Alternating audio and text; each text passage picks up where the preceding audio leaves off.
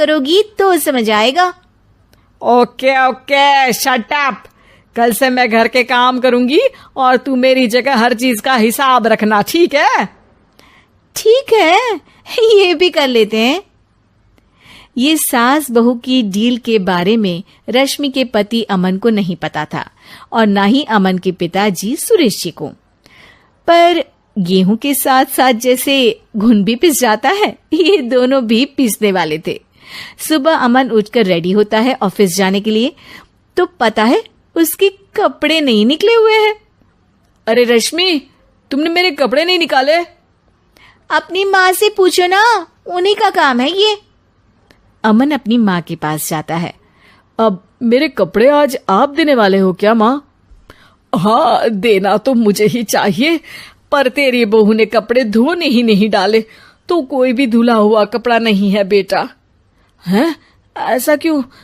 कपड़े तो धोने आप ही देते हो ना माँ? अरे बहू ने तुझे बताया नहीं, अब हम अदल बदल गए हैं। मैं अब बहू और तेरी बीवी सास। अमन परेशान हो गया। वो बिना इस्त्री के कपड़े पहनकर ऑफिस चला गया। सरस्वती जी अपने घुटने के दर्द के कारण झुककर घर साफ नहीं कर पा रही थी और ना ही खाना बनाना याद रख पाई। उधर रश्मि पहले ही दिन घर की चाबी घुमा चुकी थी और 300 रुपए का हिसाब अलग नहीं मिल रहा था। पर दोनों का ही घमंड कैलाश पर्वत से भी बड़ा था और दोनों ही खेमे एक दूसरे की बात मानने को बिल्कुल तैयार नहीं थे। शाम को जब सुरेश जी और अमन खाना खाने बैठते हैं तो सरस्वती जी उनके सामने गाजर और पपीते लाकर रख देती हैं। अरे माँ, ये क्या है? ख्याली पुलाव के साथ सलाद। माँ जी खाना बनाना भूल गई लगता है। अरे एक एक चमन्नी का हिसाब है मेरे पास, खाना बनाना कैसे भूल जाऊंगी? ये तो मैंने पढ़ा था कि फल फ्रूट खाने से सेहत अच्छी रहती है, इसीलिए ये ले, एक फल खा ले। रात को सुरेश जी और अमन अपनी मीटिंग बिठाते हैं अकेले में। बाबूजी, इनकी लड़ाई के कारण ना हमें ठीक से खाना मिल रहा है, उल्टा घर के सारे काम रुक गए हैं।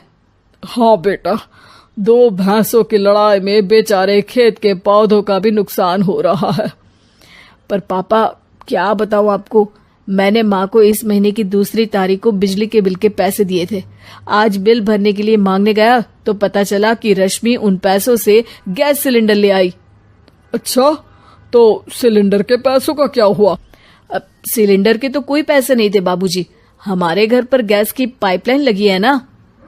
बेटा, इन दोनों का कुछ करना पड़ेगा, नहीं तो अपने घमंड के चक्कर में पूरा घर बर्बाद कर डालेंगी ये दोनों। अमन और सुरेश जी काफी सोच विचार के बाद एक निष्कर्ष पर पहुंचते हैं।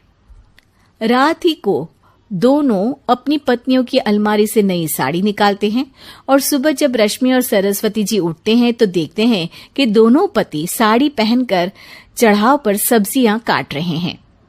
अरे, ये सब क्या हो रहा है? क्या हो रहा है मतलब? आप दोनों अदल बदल हो सकते हो तो हम क्यों नहीं? अरे क्या मतलब? नहीं नहीं, मेरी भी बचपन से किसी की बहू बनने की इच्छा थी, तो आज से सरस्वती तुम बड़ी बहू, मैं मिडल बहू और अमन छोटी बहू। अरे लेकिन सब घर पर बैठ जाएंगे तो कमाएगा कौन? ये घर कैसे चलेगा? अब वो तो भैया या बाकी लोग जाने, अब हमने भी अदल बदल कर ही लिया है तो कुछ नहीं हो सकता।